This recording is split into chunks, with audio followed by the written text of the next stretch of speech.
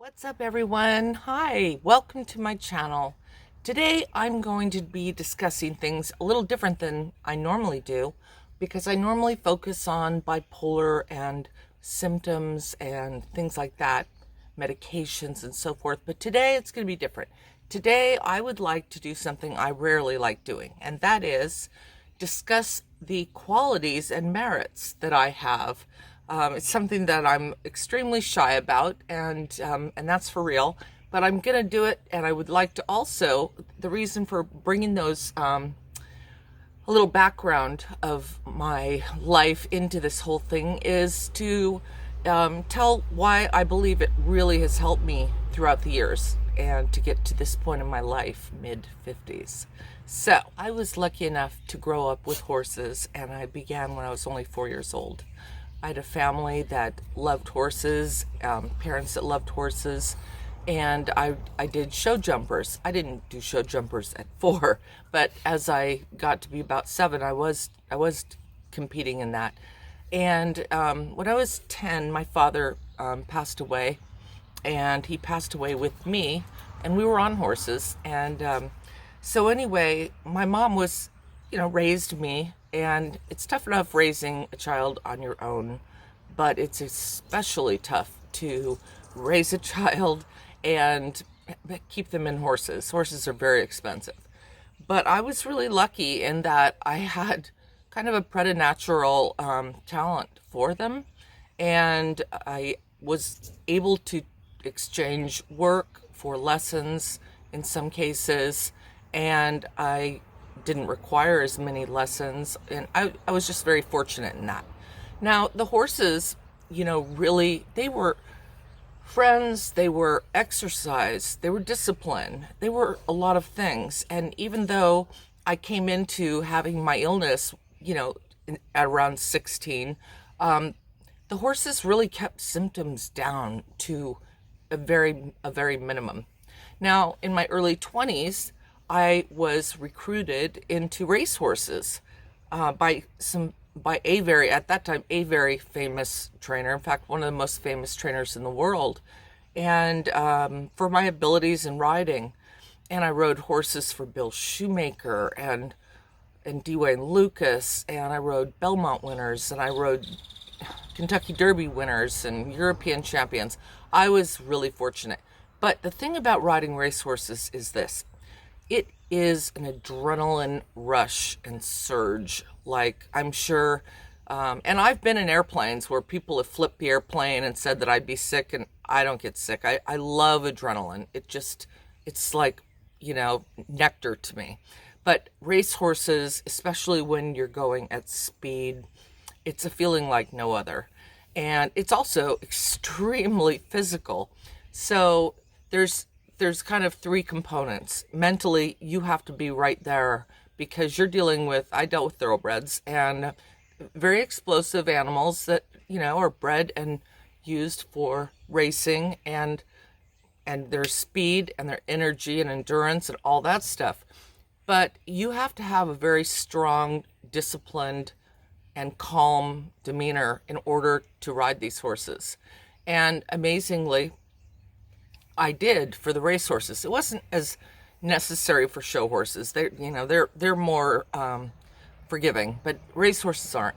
And then the second thing would be physically, it is exhausting. It is a really tough sport to do. It's short hours, meaning you start at like 5 in the morning and you're done by a little before noon, but it is physical. And the third part of it is, like I mentioned, the adrenaline, and it's a high that, it's hard to beat. So I rode racehorses for almost 25 years. And like I said, or have said in the past, my symptoms were very minimal. My symptoms got triggered when I went through a really bitter divorce, and that triggered a lot of stuff in me. Stress triggered a lot of stuff in me. So after the horses became my second career choice, trying to figure out what I was going to do once I was divorced and literally walked away from the business, the industry, and had the divorce. I decided I wanted a new life for myself. But I couldn't really figure out what I was going to do. Well, it happened that I came into a job first actually as a pet sitter, of all things, because I was married to a veterinarian. I had a lot of experience with animals, even though he was a large animal veterinarian. And I started this job initially as a pet sitter, or a house sitter for the pet that was needed shots and so forth. But then I was asked to come and work in the office as an executive assistant. And this is a corporate business. It's a big deal.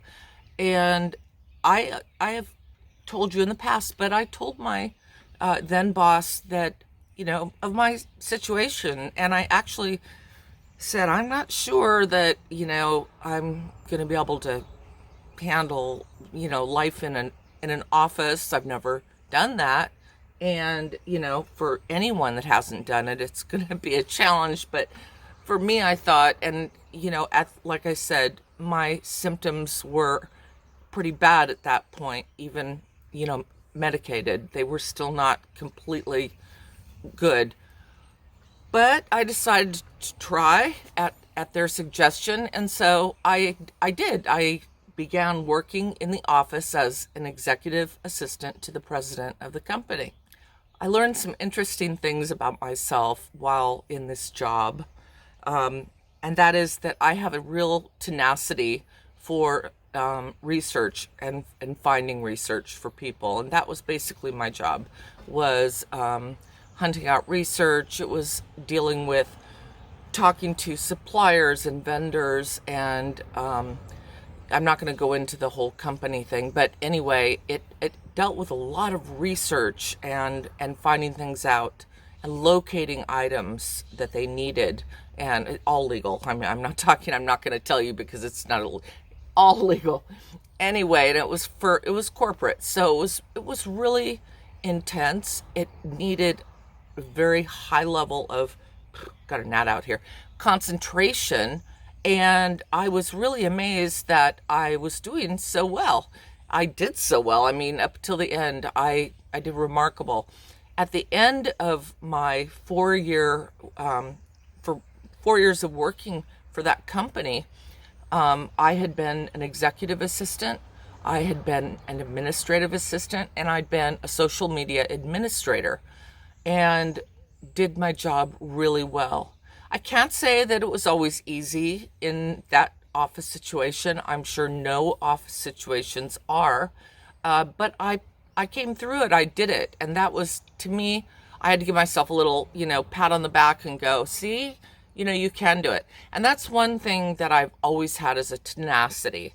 And I think that has served me so well, for my illness, is because I just don't want to give up. And if I start something, I don't have OCD, but kind of an OCD if I want to figure something out, and I'll figure it out. I'll stay going until I figure it out. And I could give you loads of different, everything from changing a sink, plumbing, to changing spark plugs and oil on my car, to you name it. I mean, I love challenges. And it was the same thing after my divorce with computers. I was never, I was never allowed to have a computer while I was married. And so when I was divorced, I got a computer, and I literally self-taught myself. I didn't have a clue about computers, but I self-taught myself. And, within about 5 years, I could read and write code. And so, I joke that I'm good at everything, great at nothing, but, it's something that I'm proud of, the fact that I am versatile. And the newest adventure that I'm hoping to embark on is that of being a mental health peer support specialist, certified peer support specialist. I'm here in California, and our mental health support system is not great where I am, or in the counties that I live in. And so I'm seeking that out at the encouragement of my psychiatrist. And it's really, I think it's going to be really rewarding because I love helping people, and I love